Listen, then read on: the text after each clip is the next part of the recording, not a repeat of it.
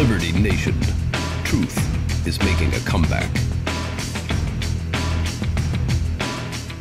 Hi, I'm Tim Donner with LNTV. The Ninth Circuit Court of Appeals. It's often called the Ninth Circus by constitutionalists who find that largest of all circuits in the federal justice system to be outlandishly left-wing in so many of their decisions. But President Trump is doing his best to reverse that.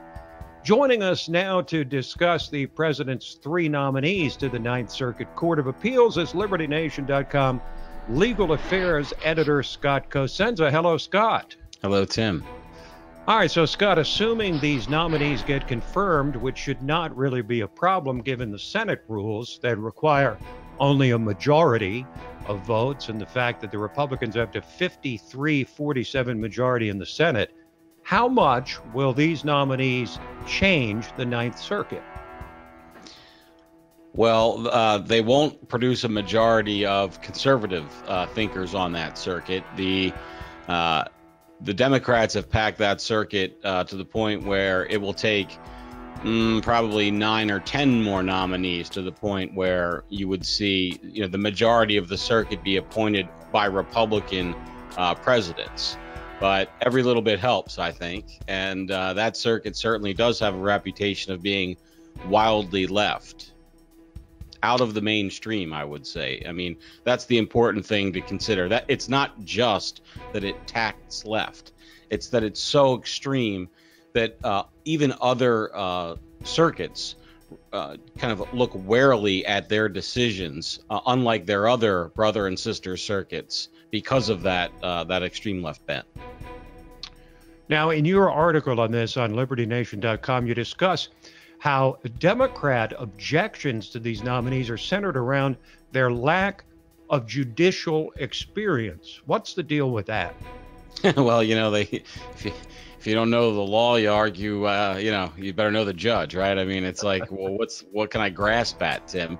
Dianne Feinstein is the ranking minority member on the Senate Judiciary Committee, which will hear the nomination before it's should it be then submitted to the full Senate. And she also is a senator from California, which makes up one of the biggest sections of the Ninth Circuit. And she, along with now Democratic presidential candidate or candidate for the nomination, California Senator Kamala Harris, also signed this letter that basically just denigrated these nominees for what they had, which was thin gruel, Tim. They are exactly as you might expect of high-level circuit court candidates, which is to say they all have excellent undergraduate and graduate pedigrees combined with a lot of academic work, and some on-the-ground experience in various aspects that all make them stellar candidates. And I'm sure, sadly, that if those Democrat senators agreed with the policy,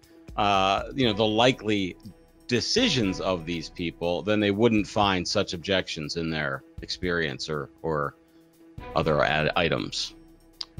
Well, there were reports, seemingly credible reports, that President Trump was actually consulting with Democrats, including the ranking member of the Judiciary Committee, Dianne Feinstein, on who there might be a consensus on. I don't recall any Republican or any Democrat ever doing that before. Did you hear these reports of consultation between them?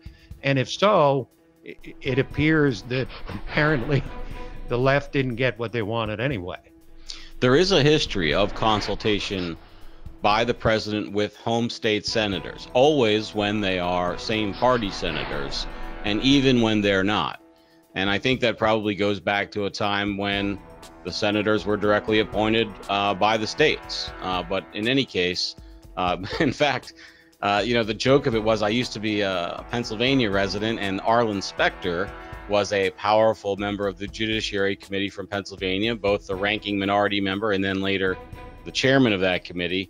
And if you wanted to be a federal judge, a great way to be one was to be a member of his staff, because of the consultation requirement would go quite well if it was a former member of his staff. So that is historically what's been done. There's also something called a blue slip process, which is a Senate, one of these sort of traditions of the Senate that don't necessarily seem to make much sense, and it's hard to actually get a sort of a rule book item on what it means and how it plays out. But essentially, it is that the home state senators get a kind of pocket veto within the Senate itself. Now, that has been periodically honored and dishonored, and it seems, Tim, like the newly minted chairman, Lindsey Graham from South Carolina of the Judiciary Committee, will not be giving Kamala Harris and Dianne Feinstein a blue slip over these nominees. Blue slip is the perfect word, because there's no bluer state than California, to be sure, Scott. But let's take a broader view of Trump's record on judicial nominations. Halfway through his first term, he's formed an assembly line, so to speak, of nominees sent up to the Senate for confirmation. Mitch McConnell has done his job and brought them up for votes quickly. How much difference have Donald Trump's appointments made on the federal judicial system? Well, Tim, that is something that we'll have to look through the lens of history to decide. But given the numbers that he has been able to appoint, and he has been proceeding apace with judicial appointments, there's always room for improvement, but he has been, and the quality of the appointments I find to be first rate. So I think that it's the best thing about the Trump presidency, to be sure. What's likely to be the next headlines regarding Trump and the judiciary? Well, I don't want to be ghoulish or cavalier about somebody's health, but Ruth Bader Ginsburg is in the news frequently these days. She's not a young woman. She did have another new cancer, and she's been off the court for its recent seatings. So the idea that Donald Trump may get a chance to name a justice to replace Ruth Bader Ginsburg is that's pretty explosive. So if it's not that, then I just don't know. Well, as we've discussed, Scott, if you thought that the Brett Kavanaugh hearing was explosive, if Trump gets a shot at a third Supreme Court nominee and gives the Constitutionalists a 6-3 majority, that Kavanaugh fight is going to look like a schoolyard scuffle. They're going to have to shut down the city. Just about. Thank you, Scott. Thank you, Tim. Don't forget to like this video and subscribe to LibertyNation.com's YouTube channel, where you can get all kinds of content 24/7, 365. I'm Tim Donner. Thanks for joining us.